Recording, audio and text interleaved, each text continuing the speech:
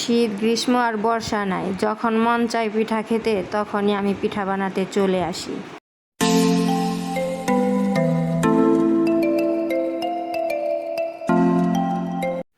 আসসালামু আলাইকুম, কেমন আছেন সবাই? আমি তো মাশাল্লাহ খুব ভালো আছি।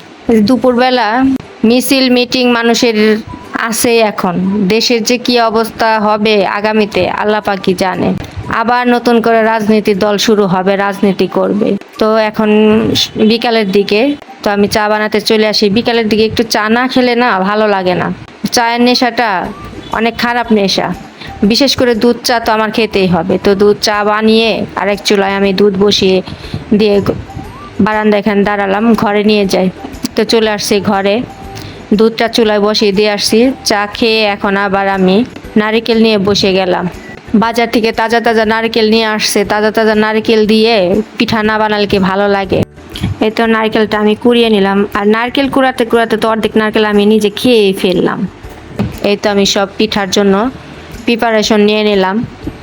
ঘরে গুড়ি ছিল, গুড় ছিল, আর সব কিছু হাতের কাছে যেহেতু আছে এর জন্য আর চিন্তা ভাবনা করলাম তাড়াতাড়ি বানিয়ে ফেলি। মন যেহেতু খেতে চাইছে, শীত গ্রীষ্ম আর বর্ষা আছে নাকি, তো বানিয়ে বানিয়ে ফেলি। তো পিঠা খেতে আমার ঘরে সবাই পছন্দ করে, আর আমার মনের আগ্রহ নিয়ে আমি বানাচ্ছি। আমার কেন যেন পিঠা নারকেল, তাজা তাজা নারকেল দেখে পিঠা খেতে মন চাইলো। সত্যি কথা বলতে কি, মনের উপরে তো কারো হাত নেই। আর একটা কথা কি, কখন কার কি হয় কেউ বলতে পারে না। হায়াত মতের কথা তো বলা যায় না যে পরে খাবো, পরে যদি হায়াত না থাকে নাও তো খেতে পারি। আর পেজের কথা কি বলবো, কোনোভাবে তো উন্নতি করতে পারতেছি না। হয়তো ধৈর্য আর কুলাচ্ছে না, হয়তো ভবিষ্যতে পেজ আর টানতে পারবো না। আমার মনে হয় না আমাদের দ্বারা কিছু হবে, সামনে আমরা এগোতে পারবো। ভাগ্য যদি একবার খারাপ হয়, সে ভাগ্য আর টেনে উপরে উঠানো অনেক কঠিন। মনে হয় না পেজটা সামনের দিকে এগিয়ে নিয়ে যেতে পারবো, এখন আর ধৈর্য কুলায় না। তো এদিকে আমার পিঠা একটা বসিয়ে দিলাম। পিঠা হতে সময় লাগে না, অনেক তাড়াতাড়ি হয়ে যায়। একটা ভরতে ভরতে আরেকটা রেডি হয়ে যায়। আমার মনে হয় কি, গ্রামের চেয়ে শহরে পিঠা বানিয়ে খাওয়া অনেক সহজ যদি সবগুলো জিনিস থাকে। আমার ঘরে আমি সবসময়ই গুড় নারকেল রাখার চেষ্টা করি, কারণ কখন কোন পিঠা খেতে মন চায় বলা যায় না। আমার সাহেবও পিঠা খেতে পছন্দ করে, এজন্য আরও বেশি করে ও এনে রাখে ঘরে।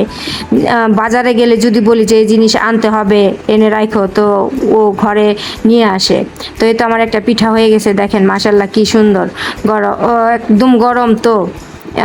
তো আরেকটা পিঠা বানিয়ে আমি বসিয়ে দিয়ে নিই। তারপর আমার আবার গরম গরম পিঠা না খেলে ভালো লাগে না। তো আমি প্রথমটাই তো ভাঙবো এখন, দেখি কি হয় ভিতরে। দেখতে কিন্তু অনেক সুন্দর হয়েছে উপরটা, মাশাআল্লাহ একদম গুড়ে ভরপুর, গরম ধরা যাইতেছে না। একদম গুড়গুলো গলে গেছে, নারিকেলও মিশে গেছে, অনেক লোভনীয় লাগছে। তো আমি এখন গরম গরম খেয়ে নিব, কারণ আমি গরম গরম চুলার পাড়ে বসে বসে খাবো। আমার তো আর কেউ নাই, শ্বশুর নাই, শাশুড়ি নাই, ননদ ননাস কেউ নাই। যেহেতু আমার বাসায় আমি নিজে একাই, আর দুই মেয়ে, আমার হাজব্যান্ড এখনো আসে নাই, হয়তো বানাতে বানাতে সে চলে আসবে। তো আমি আগে একটা খেয়ে নিই। মাশাল্লাহ এত মজা হয়েছে, মানে তা বলার মতো না। মানে শীতের দিনেও এতটা মজা লাগে না আমার কাছে মনে হইতেছে। আমার কাছে এখন খুব ভালো লাগতেছে।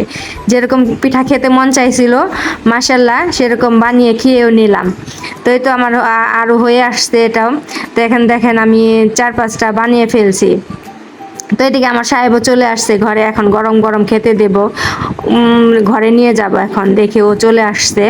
তো এই তো ঘরে নিয়ে আসছি, এখানে আমার পিঠা হয়ে গেছে। আমার মেয়েরাও খেতে পারবে এখন, আমার সাহেবও খেতে পারবে। ও গরম গরম পিঠা খেতে পছন্দ করে। এই যে আমি দুধ তো আগেই জাল দিয়ে রাখছি, ও দুধ দিয়ে এই পিঠাটা খেতে খুব ভালোবাসে। তো দিয়ে দিলাম, কই খেয়ে নাও, তারপরে আমি বাদ বাকিগুলো পরে বানাবো, আগে গরম গরম খাওয়াইয়ে নিই। তো এদিকে মেয়েকেও দিয়ে দিলাম, মেয়ে তো ভেঙে খেয়ে ফেলতেছে। মাশাল্লাহ দুধ দিয়ে কিন্তু এই পিঠা অনেক মজা লাগে, আমার কাছে খুব ভালো লাগে। আর এদিকে দেখেন আমার সাহেবে কলা নিয়ে আসছে, কলাগুলো মাশাল্লাহ খুব সুন্দর সুবরি কলা। আর রাত্রের বেলার কথা কি বলবো, আমাদের এলাকা পুরো মাইকিং করে দিচ্ছে, আমাদের ঘুম ভেঙে গেছে। এখন রাত 1:30টার মতো বাজে, পুরো রাস্তা অন্ধকার, লাইটগুলো বন্ধ করে দিছে। ব্যাংকের লাইটটা শুধু ওই যে এইমাত্র জ্বালিয়ে দিল। আর এলাকা পোলাপান নেমে গেছে পাহারা দেওয়ার জন্য। দেখেন না কত পোলাপান, হই হল্লোড় চিল্লাচিল্লি শুরু হয়ে গেছে, ঘুম নাই আমাদের। তো কি আর করা, এভাবে দিন পার করতেছি, কতদিন লাগবে জানি না। তো আমার ভিডিওটা এখানে রাখছি, আল্লাহ হাফেজ।